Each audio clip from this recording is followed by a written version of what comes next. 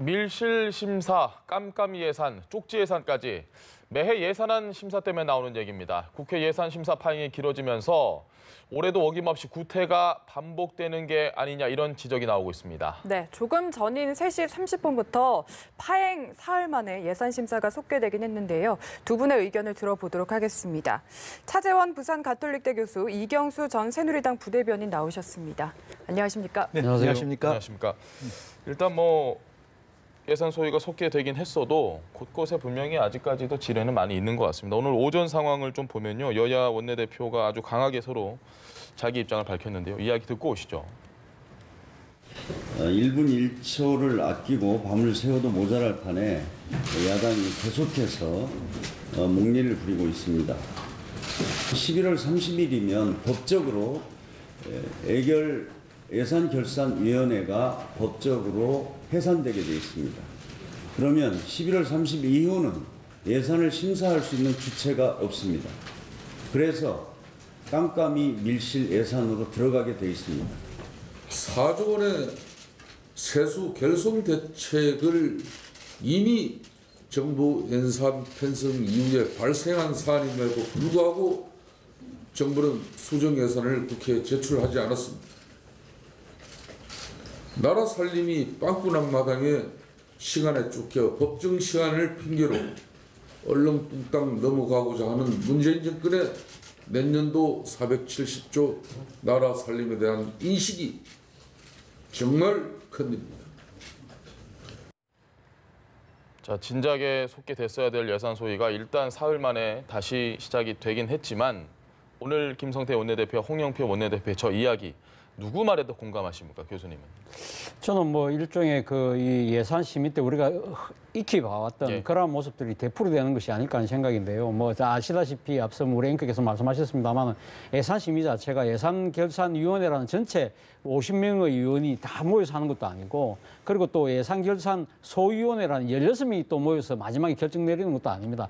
결국은 예결위원장, 여야 예결위 간사, 그리고 기재부 차관 정도가 모여서 진짜 한 5명이 모여서 밀실에 앉아서 결국 주고받기식으로 타협해서 끝내는 것이 그동안 해왔던 모습이거든요. 저는 그러한 모습들을 여야가 나름대로 인식을 하고 소위 말해서 밀실 합의로 들어가기 전에 일종의 유리한 고지를 선점하기 위해서 일종의 서로 정치적 엄포를 놓고 있는 것이 아닐까라는 생각을 해봅니다. 그렇다고 한다면 여야의 이런 모습은 국민이 정작 바라는 지금 투명하고 예산이 적절성 있게 사용될 수 있도록 아주 심도 깊은 논의가 보장되는 그런 예산과는 동떨어진다는 차원에서 여야 모두 사실은 비판받아 마땅하지 않나 생각이 듭니다. 말씀하신 대로 결국에는 이 소위의 소위 소소위로 넘어가서 법적인 근거도 없고 완전 밀실로 의견이 이루어지잖아요. 이 부분 좀 어떻게 보고 계십니까? 먼저 이제 그 이전에 먼저 이번 사태가 발생하게 된 원인부터 먼저 설명해야 될 게 아닌가 좀 그런 생각을 해봅니다. 첫째, 그 470조 원의 슈퍼 예산을 예산을 정부에서 9월 1일 제출했지 않습니까? 국회에다가 제출했는데 그 당시에는 4조 원이라는 세수의 결손이 없었어요.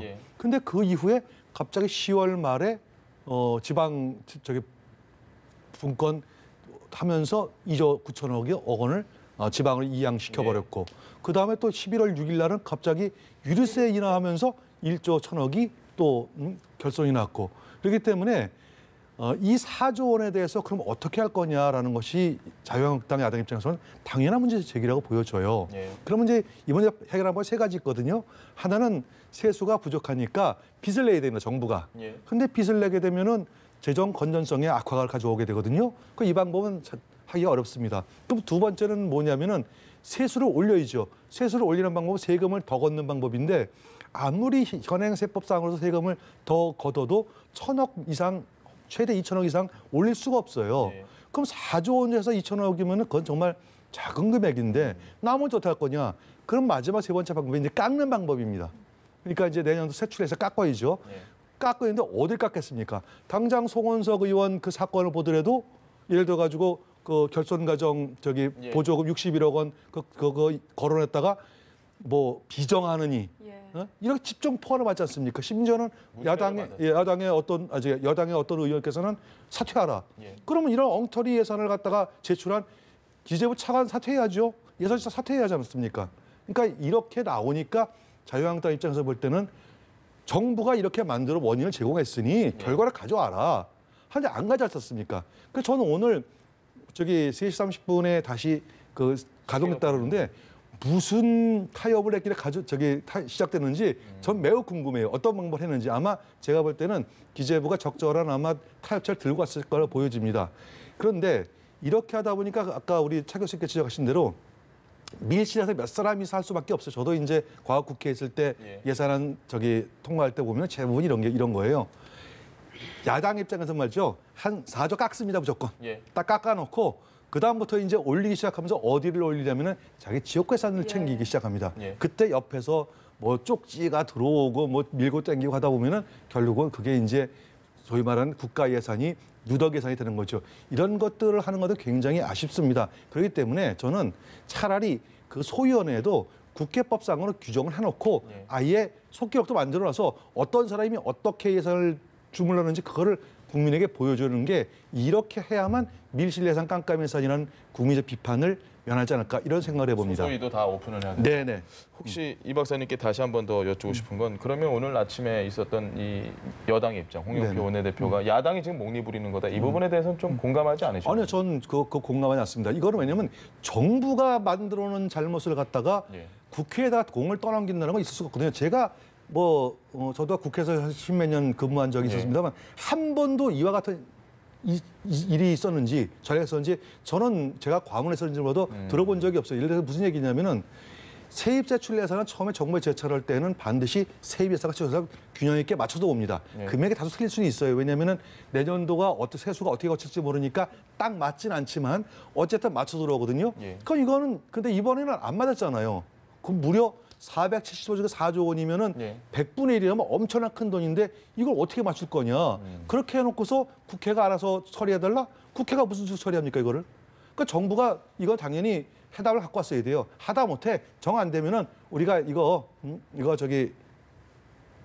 빚을 얻어오겠다든지 아니면 우리가 이쪽 부분 예산을 깎겠습니다라든지 뭐 이런 게 있어야 나머지 조그만 개수를 맞출 텐데 그런 대원칙 없이 4조 원을 어떻게 국회가 그거를 마음대로 하겠습니까?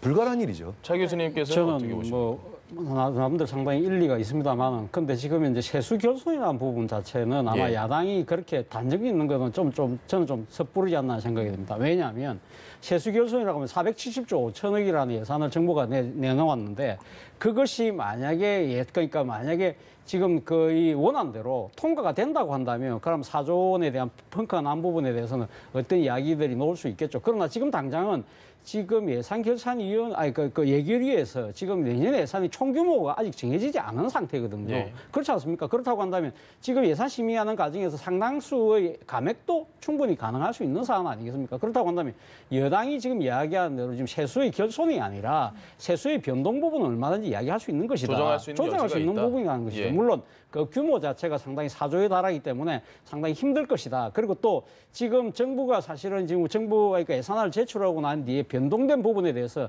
나름대로 대책을 성실하게 국회에다가 설명을 하고 거기에 대한 분명한 상세한 내용을 내놔야 되는 부분에 있어서 소홀한 부분 그런 건 상당히 비판받을 수 있죠. 그러나 무조건 야당이 이야기하다시피 지금 모든 것이 다 4조 원 펑크가 날 것처럼 이야기한다는 것은 조금 지나친 결론이 아닐까 하는 생각이고요. 바로 그 때문에 지금 사실은 어떻게 보면 정부 예산안 자체가 보통 보면 9월 1일 날 그러니까 지금 보통 보면 거기 넘어오잖아요. 그렇다고 한다면 그 이후에 발생하는 여러 가지 재정 운영상에서 변동 부분도 결국은 생겼을 경우에는 정부가 국회에 예산을 제출하고 난 뒤에 생긴 부분에 대해서는 결국은 예결위에서 또 이야기를 하면 되는 것이거든요. 근데 저는 야당이 이렇게 주장하는 부분에는 물론 정치적인 나름대로 의도는 있다고 봅니다. 결국 4조라는 이 결손이 생기니까 결국은 가면 정부가 내놓은 예산 중에 상당 부분을 깎아야 되지 않겠느냐. 지금 그러면 여당 입장에서는 그럼 뭘 깎으려고 할 것이냐. 결국은 지금 여당이 지금 역점을 두고 있는 남북 경협 예산이라든지 소득주도 성장에 관한 거라든지 복지 예산 이런 거 깎기 위한 나름대로의 정치적 레토릭 아니냐. 그렇게 지금 의심을 하는 것이죠. 그래서 결국은 지금 야당이 이렇게 이 세수 결손이라고 이렇게 단정적으로 이야기를 함으로써 여당이 상당히 정치적인 방어막을 칠 수밖에 없는 상황이 되고 그러다 보니까 이것이 다 계속적으로 파행의 국면으로 돌아가는 이런 일종의 악순환이 벌어지고 있다는 것이죠. 저는 사실 앞서도 제가 말씀드렸습니다만은 정부 여당이 지금 이렇게 세수가 상당히 이렇게 지금 비워줄 수 있는 이런 부분에 대해서 예. 야당과 국회에 대해서 상당히 충분한 설명을 잘못한 건 분명히 잘못했지만 예. 야당 자체도 이것을 갖다가 너무 단정적으로 결론지어서 밀어붙이는 것도 상당한 문제가 있지 않나 생각이 알겠습니다. 듭니다. 네, 어쨌든 그 4조 원 결손 부분 때문에 사흘간 파행을 했다가 재개가 됐으니까 좀 지켜봐야 될 것 같고요. 근데 예산심사가 지금 또 복병이 또 있습니다. 지금 선거구제 개편을 네. 한국당 제외한 야3당에서 연동형 비례대표제 하자고 강하게 좀 밀어붙이고 있잖아요. 어떻게 지금 상황 보고 계십니까? 근데 연동형 비례대표제라는 그 이제 정의부터 좀 해야 될 것 같은데 예. 내용이 이런 겁니다. 지금 소선거제 하에서 사표가 많이 생기거든요. 예. 왜냐면 한 명 뽑기 때문에. 그러다 보니까 정당별로 전국의 총 득표수를 따진 거하고 실제 의석수가 불균형하기 때문에 거기에 맞추자는 얘기거든요. 예. 그럼 물론 이제 사표 방지하는 방법에서는 참 상당히 저도 이제 좋은 방법이다. 그렇게 생각하는데 문제는 이제 어디가 문제였냐면은 그렇게 하기 위해서는 이것을 현행 법과 연계해 가지고 올바른 방향하기 위해서는 의원 정수를 늘려야 돼요. 예. 그래서 한 연구 발표에 보면 지금 현행 300인 이하로 돼 있거든요. 우리 예. 법률법에 적어도 360석에서 한 400석까지 늘려야만 이 제도가 가능하다. 왜냐하면은 지역과 비례를 갖다 2대1 정도로 맞춰야 된다. 예. 그래야 가능하다 이렇게 보거든요. 그럼 360석까지 많으면 400석 늘려야 되는데 지금 당장 국민에게 물어보세요. 국회의원 200명으로 줄이는 사람이 다음 차기 대선 대통령 된다 뽑아주겠다라는 국민이 태반이에요. 늘릴 수 있겠습니까? 그러니까 정부 여당이나 자유한국당도 어느 정도 그 부분에 법 이론적이나 정치 이론적으로는 이해가 가면서도 예. 국민 정서하고 전혀 안 맞으니까 함부로 못하는 거고, 두 번째는 민주당이나 자유한국당 입장에서 볼 때 어쨌든 우리나라 지역 정치, 그러니까 지역주의라고 하는 가장 커다란 폐이면서도 혜택을 받는 게 양당 네. 아니겠습니까? 예. 양당에서 지금 그것을 굳이 해가지고 자기네가 손해볼 일이 없는 거죠. 그러니까 가대장당의 이익도 어느 정도 있다고 보여집니다. 홍영표 원내대표는 뭐 오늘 여당도 손해볼 각오하고 있다라고 얘기를 네. 했음에도 불구하고 민주당은 지금 말 바꿨다라는 논란에 휩싸이고 있습니다. 이 말 바꿨다라는 게 어느 정도 합리적인 이야기인가요? 저는 뭐 일종의 말을 바꾼 측면이 분명히 있다고 봅니다. 예. 지금 과거 그러니까 문재인 대통령이 당시 새정치민주연합의 대표로 계실 때 그때 당내 혁신위원회라는 게 있었거든요. 그때 이 당내 혁신위에서 내세웠던 것이 권역별 정당 명부제입니다. 예. 그러니까 명부 비례대표제라는 것인데, 그러니까 우리나라의 선거구를 총 한 대여섯 군데를 권역을 나눠서 거기서 나오는 득표수대로 의석수를 배정하자는 예. 거였거든요. 그 의미는 결국 연동형이라는 뜻입니다. 사실상 연동형 비례대표. 연동형 그렇죠. 비례대표제인데 지금 지난 일요일 날 이해찬 대표의 예. 그 인터뷰를 보면 그것이 연동형이 아니라 약간 병립형에 가까운 지금과 같이 그러니까 지금 지역구 따로 뽑고 비례대표 따로 돕는 현행 그 제도를 고수하는 듯한 측면이 네. 분명히 보인다는 것이죠. 만약에 그러니까 지금 그 이해찬 대표가 또 이런 이야기를 하지 않습니까? 만약에 연동형 비례대표제로 갈 경우에는 비례대표제를 함으로써 우리가 각 분야의 전문가들을 국회로 충원할 수 있는 그런 좋은 장치들인데 그런 것들이 상당히 훼손될 수 있다는 그런 우려를 본다고 한다면 그것은 그 연동형이 아니라 현재의 병립형을 하자는 뜻이기 때문에 예. 그렇다고 한다면 당초 이 민주당이 내세웠던 여러 가지 그 권역별 그 정당 명부제 자체가 갖고 있는 연동형하고는 상당히 좀 차이가 있다는 것이죠. 그것은 결국은 지금 이 연동형으로 갔을 경우에 민주당이 지금 누리고 있는 이 높은 지지율을 봤을 때 예. 지금 소선거구제에서 상당히 더 유리한 측면이 있는데 연동형으로 갔을 때는 의석수가 줄어들 수밖에 없다. 예. 그러한 나름대로의 불리함을 아마 갖고 있기 때문에 그런 이야기를 하는 것이 아닐까 하는 생각이 들고요. 그런 측면에서 보면 지금 민주당의 이런 태도는 상당히 비판받아 저는 마땅하다고 봅니다. 그리고 앞서 방금 이경수 교수님께서 말씀하셨는데 지금 그 의원 정수 부분에 대해서는 저는 좀 생각이 좀 다릅니다. 네. 아니, 지금 우리나라 헌법에 보면 국회의 의석은 200인 이상으로 돼 있어요. 그렇기 때문에 300명 이하라는 것은 조금 잘못 알려져 있는 것이고요. 그것이 300석이라는 것 자체가 완전히 지금 명시되어 있는 법안이 아닙니다. 아니기 네. 때문에 200명 넘어서는 가능하다는 것이죠. 그리고 다른 나라의 사례를 보면 보통 인구 10만 명당 한 명꼴로 지금 의원을 두는 것이 세계적인 경우거든요. 그렇다고 한다면 우리 식으로 따지면 우리가 남한 인구가 한 5천 명 되면 500명까지 늘려도 문제는 없다는 뜻일 수도 있습니다. 그러나 예. 그까지는 갈 수가 없겠죠. 그렇기 때문에 지금 현행 의석수가 지역구가 253석 아닙니까? 그리고 2대1 비율로 하면 최소한 한 360석으로 늘리자는 것이 바로 그 때문에 지금 연동형 비례대표제를 이야기하는 소수 정파들의 이야기인 것이고요. 저는 이 60명을 늘리냐 안 늘리냐가 저는 그것이 문제는 아니라고 봅니다. 더 큰 문제는 국민들이 그러니까 투표를 해서 나타낸 뭡니까 의석 비율대로 국회 의석을 가져가는 것이 민의를 제대로 전달하는 방법이라는 것이죠. 그 방법에 있어서 의원정수가 걸림돌이 된다는 것은 저는 조금 어불성설이 아닐까 하는 생각을 해봤습니다. 알겠습니다. 근데 이제 여기에 이제 이런 거는 하나 이제 고려도 해볼 필요가 있어요. 예를 들어 가지고 연동형 비례대표자라는 이와 비슷한 것을 채택하는 나라는 전 세계에서 독일하고 오스트리아 두 군데밖에 없어요. 다른 국가에는 이런 제도가 없습니다. 근데 이 나라는 공교롭게도 뭐냐면은 내각제를 채택하고 있거든요. 다시 말해서 이제 소수 정당을 보호하자는 취지에서 연동형 비례대표자를 이제 채택하는 가장 근본적인 이제 목적인데, 근데 우리나라는 불행하게도 불행이상이 이제 대통령제를 채택하고 있지 않습니까? 그러면 대통령제는 전 세계 대통령제를 채택한 대부분의 국가들은 다 양당제가 많습니다. 양당제가. 그러니까 굳이 우리나라 같은 그 대통령제를 채택하고 있는 국가에서 다당제를 지원하고 있는 내각제 하고 있지 않은 이상 과연 이 연동제가 과연 옳으냐 하는 문제도 한번 저희가 검토할 필요가 있습니다. 알겠습니다. 어쨌든 말씀하신 뭐 연동형이든 뭐 권역별이든 병립형이든 논의가 좀 활발히 이루어져서 빨리 개편이 이루어져야 되는데 한국당 같은 경우에는 아예 지금 소극적이거든요. 그렇죠. 한국당 같은 경우도 지금 마찬가지로 지금 그러니까 이 연동형 비례대표제를 하게 될 경우에 상당히 불리하다고 판단하고 있는 것 같아요. 그렇기 때문에 특히 또 권역별 이제 정당 명부제 같은 경우는 한국당 같은 경우는 호남 지역이 상당히 의식을 차지하기 힘들다. 오히려 다른 구소 정당들이 차지할 더 우려가 크다는 것 때문에 더 반대 입장이 큰 것 같고요. 그렇다고 해서 지금 선거구제에 대한 여러 가지 변경의 여론이 높아지고 있는 상황에서 마냥 무시할 수는 없잖아요. 그래서 나오고 있는 것이 중대 선거구 이야기를 하는 것 같은데 중대 그 선거구제는 뭐 제가 생각했을 때 거의 지금 이제는 이 현행 이 민주제도를 실시하고 있는 나라에서 거의 다 하지 않는 안 하는 거기 때문에 뭐 자유한국당 입장에서는 아마 지금 나름대로는 뭐 이 변경의 목소리를 대안을 내시고 있지만 그것은 맞지 않다는 측면에서 본다고 한다면 결국 속내는 소선거구제 그대로 가자는 입장인 것 같습니다. 현재 제도 그대로. 현재 제도. 근데 앞서 뭐 말씀하신 것처럼 연동형 비례대표제가 상당히 다당제를 낳을 가능성이 상당히 높거든요. 그렇다고 한다면 앞서 말씀하신 것처럼 우리나라가 채택하고 있는 대통령제라는 권력 구조하고는 맞지 않는 부분이 분명히 있어요. 그렇기 때문에 사실 연동형 비례대표제를 이야기하는 소수정파의 입장에서 본다고 한다면 선우가 뒤바뀌는 이야기하고 있는 건 분명해 보입니다. 분명해 보이는데 문제는 지금 현재 그 권력 구조 개편에 대한 논의 자체가 지금 지난번 개헌 시도하려다 정부가 추진한 시도가 무산돼 버렸지 않습니까? 그렇기 때문에 지금 일단 동력이 떨어져 있다는 것이죠. 그러나 어떤 식으로 연동형 비례대표제가 만약에 도입되고 만약에 다당제가 만약에 확립이 된다고 한다면 저는 결국 권력 구조 개편도 뒤따라올 수밖에 없는 수순이 아닐까 생각을 합니다. 알겠습니다. 주제를 살짝 바꿔볼게요.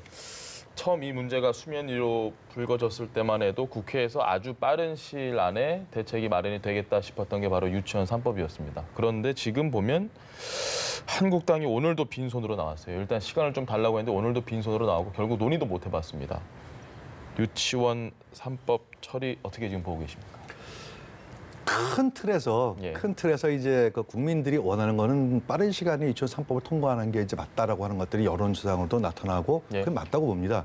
핵심이 뭐냐면은 유치원 3법 중에서 유치원도 교육기관이기 때문에 회계 투명성 가져가야 된다는 것은 그 대의명분을 무시하는 사람은 아무도 없거든요. 근데 이제 자유한국당에서 가만히 보니까 이제 이런적인 문제가 발생하는 거예요. 과연 유치원이 일반 학교처럼 의무 교육이냐 아니냐부터 시작해가지고 이것이 출발할 때 사유재산에서 출발했는지 안 했는지 다시 말해서 그래서 유치원 3법 중에서 사립학교법에 뭘 추가하자는 거냐면은 유치원 사립학교법에 넣어가지고 사립학교법에 적용을 받자는 그런 뜻이거든요. 근데 사립학교법에 적용을 받게 되면 만약에 유치원이 대학 같은 경우에 문제가 발생하면 관선인사를 파견하고 그래서 이제 그 소유권을 이제 어떻게 보면 뺏는 거죠. 근데 유치원 같은 경우는 굉장히 소규모인데다가 예를 들어가지고 몇 명 안 되는데 그리고 자기 건물에다가 지었건 세를 얻었건 자기 돈으로 한 건데 이거를 똑같이 관선인사를 일일이 파견할 수 있겠느냐. 이런 문제가 발생하는 거죠. 그렇기 때문에 자유한국당에서 입장은 뭐냐면은 3법 근본적인 정신에 대해서 찬성을 하지만 이 유치원 원장들이 갖고 있는 개인적으로 투자한 부분에 대해서는 어느 정도 보장을 해줘야 되는데 이 보장을 뭘로 해줄 거냐 하다 보니까 아이디어 차원에서 그러면 사용료를 국가가 좀 주자라고 하는 이제 이런 차원에서 나온 건데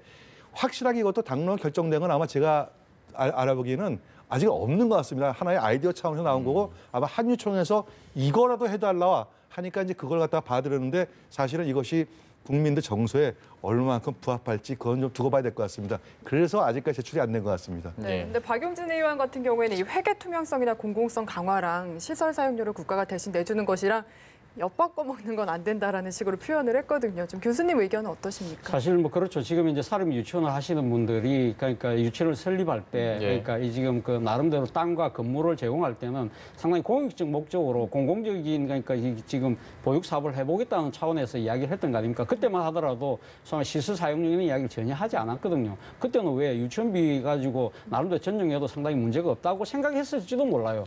바로 그런 것들이 오랫동안 거의 몇십 년 동안 계속되어 왔던 것이고, 그러나 그 과정에서 상당히 이제 지금 국가 보조금이 투입되는 과정에서 상당히 그 유치원비가 다른 그 개인적인 여러 가지 나쁜 용도로도 전용되는 바람에 국민적 공분이 커진 거 아니겠습니까? 그렇기 때문에 지금 정부 여당의 입장에서는 상당히 그 원래 유치원이 갖고 있는 공공성을 더욱더 강화할 수밖에 없는 상황이고, 그런 상황에서 보니까 이제 그러면 이때까지 내가 내놓았던 땅과 건물 이게 대한 가면 내 사유재산에 대한 침해 아니냐 그런 이야기를 들고 나오는 것이죠. 그렇기 때문에 사실 어떻게 보면 사유재산 이야기하는 것 자체가 지금은 상당히 조금 어떻게 보면 논리적으로 상당히 조금 박해요.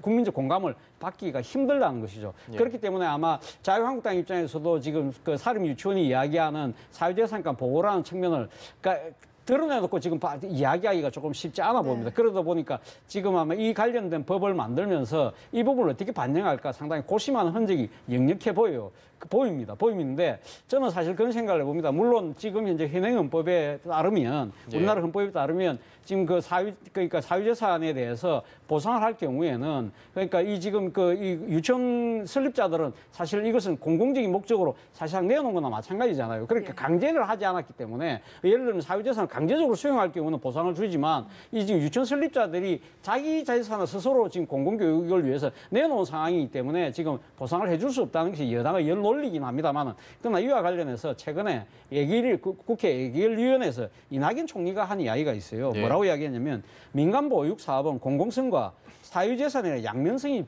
존재하고 있다.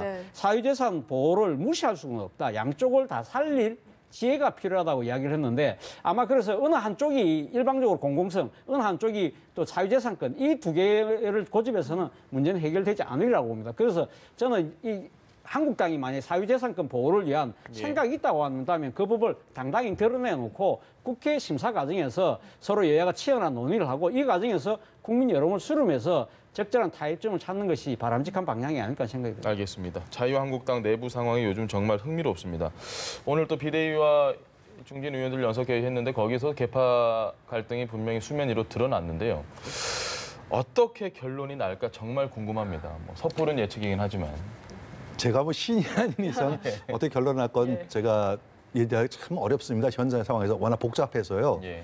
근데 일단 저는 이제 근본적으로 김병준 비대위의 한계가 확실히 나타났다고 이제 보여지는 거죠. 예를 들어 가지고 비대위라는 것이 공천권이 쥐었을 때 성공할 수 있는데 공천권 없는 비대위는 거의 다 실패했거든요. 역사적으로.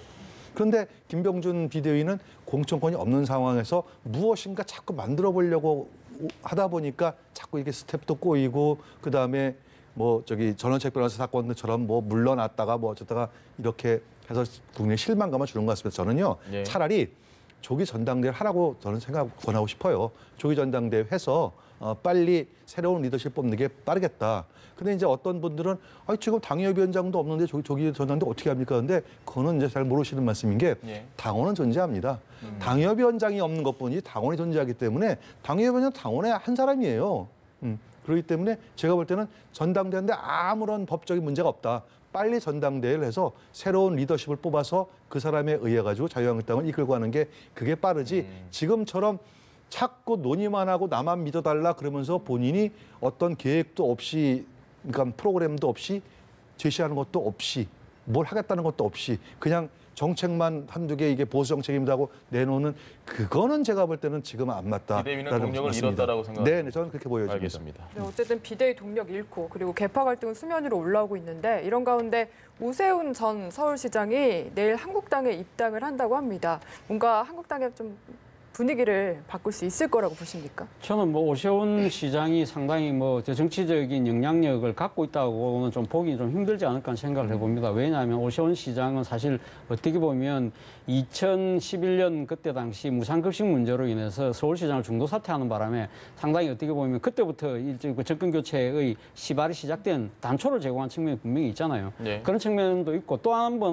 한 사례는 또 지난 탄핵 국면 과정에서 오세훈 시장이 탈당을 해서 바른미래당으로, 그때 당시는 그러니까 바른정당으로 갔었잖아요. 네. 바른정당으로 갔다가 다시 지금 이제 일종의 복당하는 그 상황이기 때문에, 그리고 또 무엇보다도 지금 오세훈 그 서울시 전 시장이 지금 사실 어떻게 좀 보면 상당히 좀 뭐랄까요, 상당히 주목받는 그런 차세대 주자 반열까지는 아직까지 간 상태가 아니지 않습니까? 네. 그렇기 때문에 과연 얼마만큼 정치적 파괴력이 있을까라는 그런 측면에서 조금 회의적인 시간이 있습니다만, 그러나 어쨌든 오세훈 시장이 소위 말하는 오세훈 선거법으로 인해서 새 정치에 대한 새로운 바람을 불러일으켰던 그러한 또 좋은 또 하는 정치적인 이력을 갖고 있잖아요. 그런 측면에서 본다고 한다면 이 지금 그 자유한국당이 말 그대로 보수 혁신을 위한 상황에 만약에 상당한 그 이 의지를 갖고 있다고 한다면 오세훈 전 시장이라는 또 이 정치적 커리어가 괜찮은 또 측면만 잘 또 이렇게 엮어낸다고 한다면 또 시너지 효과도 있지 않을까 생각인데, 지금 당장은 오세훈 전 시장이 그 입당을 한다고 해서 자유한국당이 뭐 그 판도가 바뀐다거나 뭔가 큰 변화가 일어날 것 같아 보이지는 않습니다. 오세훈 전 시장이 전당대회에 나간다고 하면 경쟁력이 얼마나 있을까요? 저는 없다고 보여집니다. 한마디로. 예. 전혀 없다고 별 영향력이 없을 것이다. 그 이유는 뭐 차 교수님께서 워낙 잘 설명을 주셔가지고 제가 더 이상 뭐 추가로 중언부언하고 싶지 않은데 이런 겁니다. 예. 뭐 역사 따지는 사람 뭐 많지만 과연 언제부터 저기 정권이 흔들리기 시작했느냐? 예. 바로 5세부터 시작됐다. 무상급식 투표 때부터. 그때 할 필요도 없는 걸 본인 스스로가 굳이?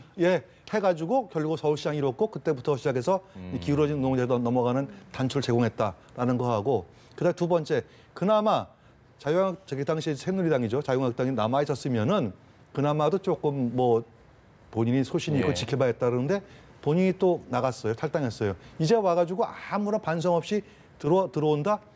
과연 얼마만큼 영향이 있을까? 전 차 교수님 말씀에 전적으로 동의합니다. 김성태 원내대표가요, 오늘 그 다른 방송사에서 이런 얘기를 했습니다.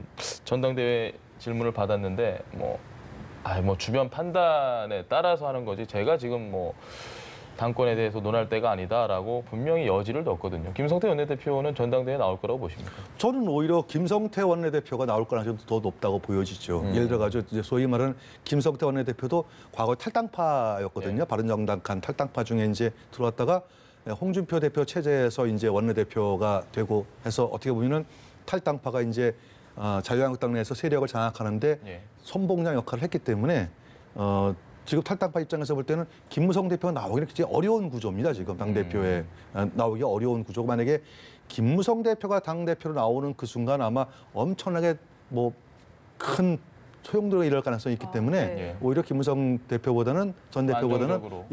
오히려 김성태 원내대표를 지원할 가능성이 높다고 보이죠. 그래서 오히려 저는 김성태 대표가 나올 가능성이 높다 이렇게 보입니다. 또 하나 흥미로운 얘기가 있었습니다. 홍준표 전 대표의 복귀에 대해서 김성태 원내대표가 분명히 홍준표 전 대표는 새로운 정치의 각오를 다졌을 테니 그런 자원도 좋은 자원 가운데 하나다라고 긍정적인 평가를 했습니다. 이게 꼭 한국당의 입장은 아닐 거고요. 김성태 원내대표의 입장일 텐데 이것도 여러 가지 메시지를 주는 것 같습니다. 어떻게 보십니까? 사실 뭐 어떻게 보면 좀 정치적인 의리 뭐 이런 걸 갖다가 나름대로 이야기한 것이 아닐까 생각인데요. 사실 네. 뭐 오늘의 원내대표 김성태 원내대표가 있기에는 사실 홍준표 체제에서 사실 그때 그 원내대표 선거가 이루어졌지 않았습니까? 예. 그때 당시 사실 그때 당 지도부였던 홍준표 대표의 상당한 그 이 스포트가 있었던 것이 사실이거든요. 그런 측면에서 본다고 한다면 이 과거의 정치적인 의리 뭐 이런 차원에서 이야기한 것이고, 그렇다고 해서 김성태 원내대표 입장에서는 내년 초 지금 홍준표 전 대표가 전당대회에 출마한 그 상수를 들어 환영한다는 뜻은 아닐 겁니다. 앞서 예. 말씀하신 것처럼 저는 뭐 김성태 원내대표가 내년 그러니까 전당대회에 도전할 가능성이 상당히 높은데, 일종의 자신이 그러니까 이끄는 정당의 이 전직 대표로 모셔오는 대셈의 정치를 하고 싶다. 그 정도 이상도 그 이하도 아니다. 저는 그렇게 보고 싶습니다. 딱 그 정도 입장. 예. 유승민 대표가요. 네. 5개월 동안 침묵을 깨고서 활동을 어쨌든 대학 강연이지만 시작을 했거든요. 유 대표의 입지는 좀 어떻게 평가하고 계십니까? 저는 유승민 대표는 오히려 출구가 없다. 저는 이렇게 보고 싶거든요. 실제로 그 새누리당을 탈당해 나갈 때, 탄핵 국면에서 탈당해 나갈 때 본인은 안 나가려고 그랬어요. 네. 김무성 대표가 나가지고 억지로 끌어낸 거거든요. 거기에 딸려갔습니다. 딸려가면서 한 변이 당시 그 새누리당에는 보수혁신의 어떤 맹아가 전혀 없기 때문에 네. 실망했다. 그리고 가능성이 전혀 없다라고 맹비난을 하고 나갔습니다. 맹비난해서 바른정당을 창당을 했는데 그 이후에 어떻게 됐습니까? 바른정당이 거의 뭐 존재감이 예. 없어졌거든요.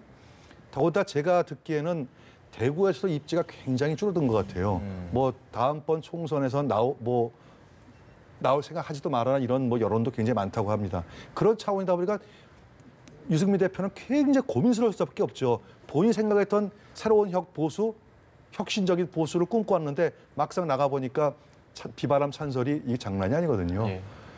정말 어려울 겁니다. 이제 그러다 보니까 지금까지 뭘 했냐면 거의 은둔 생활을 하다시피 했거든요. 이제 겨우 이제 뭔가를 해보려고 그 대학 강연을 따르는데 본인 말씀대로 대학 강연은 과거에 뭐 사전에 약속되어 있는 것이지 예. 뭐 새롭게 볼 건 없다. 저는 뭐 이 말을 또 믿고 싶고요. 다만 무엇인가 모색을 해야 되는데 탈출구가 전혀 없다는 것이 유승민 대표의 가장 고민일 겁니다. 다만 이 정치인들이 통상 활동하는데 공식적인 활동 말고 비공식 활동 중에 제일 좋은 게 강연 정치거든요. 예. 내용이 중요할 것 같습니다. 내용들을 한번 보고 유승민 대표가 어떤 생각하고 있는지 그걸 나중에 좀 지켜봐야 될 것 같습니다. 유승민 전 대표가 지금 우리 정치사에서 어디 포지션을 좀 갖고 있다고 보십니까? 포지셔닝으로 보면 참 애매한 위치에 있는 것 같아요.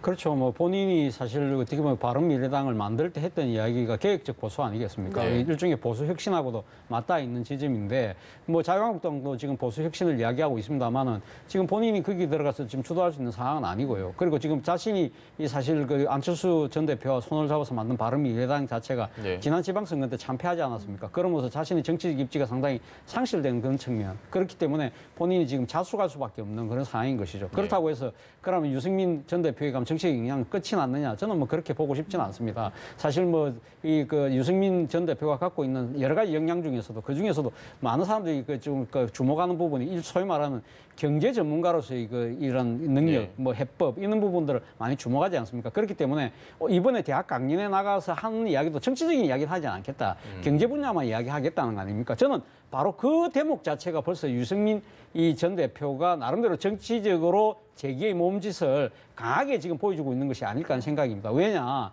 지금 문재인 정부가 가장 어려운 국면에 빠져드는 이유가 뭡니까? 경제죠. 바로 경제 문제잖아요. 네. 그 경제 문제에서 국민적 불만이 커지고 있을 때 유승민식 해법을 나름대로 보여주겠다는 것이죠. 그러면서 자신의 정치적 존재감을 부각시키고 그리고 지금 당장은 지금 보수 이 통합이나 보수 혁신의 물꼬가 지금 터지고 있지는 않지만 그러나 내후년 총선을 앞두고 내년 이맘때 아니면 좀 더 빠르게 내년 중반 정도 가면 새로운 물꼬가 터질 때는 그때는 돌아온 유승민으로 오겠다는 나름대로 몸 만들기를 위한 이 시동이 아닐까라는 생각이 듭니다. 알겠습니다. 네, 알겠습니다. 두 분 말씀 여기까지 듣겠습니다. 차재원 부산 가톨릭대 교수, 이경수 전 새누리당 부대변인과 함께했습니다. 말씀 잘 들었습니다. 네, 고맙습니다. 네, 맞습니다.